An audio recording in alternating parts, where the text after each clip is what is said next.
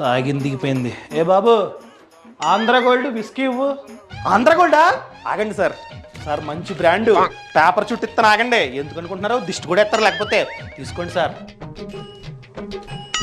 ఎంత సార్? 500 అంతే. 500? ఎంఆర్పి 400 ఉంది సార్. కావాలంటే తీసుకోండి, లేకపోతే వెళ్ళిపోండి. తాగిందంతా దిగిపోయింది.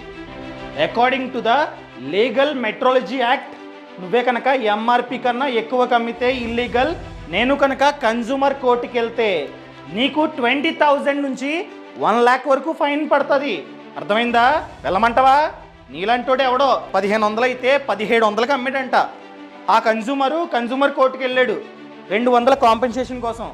ఏకంగా కోర్టు 10,000 ఇచ్చింది.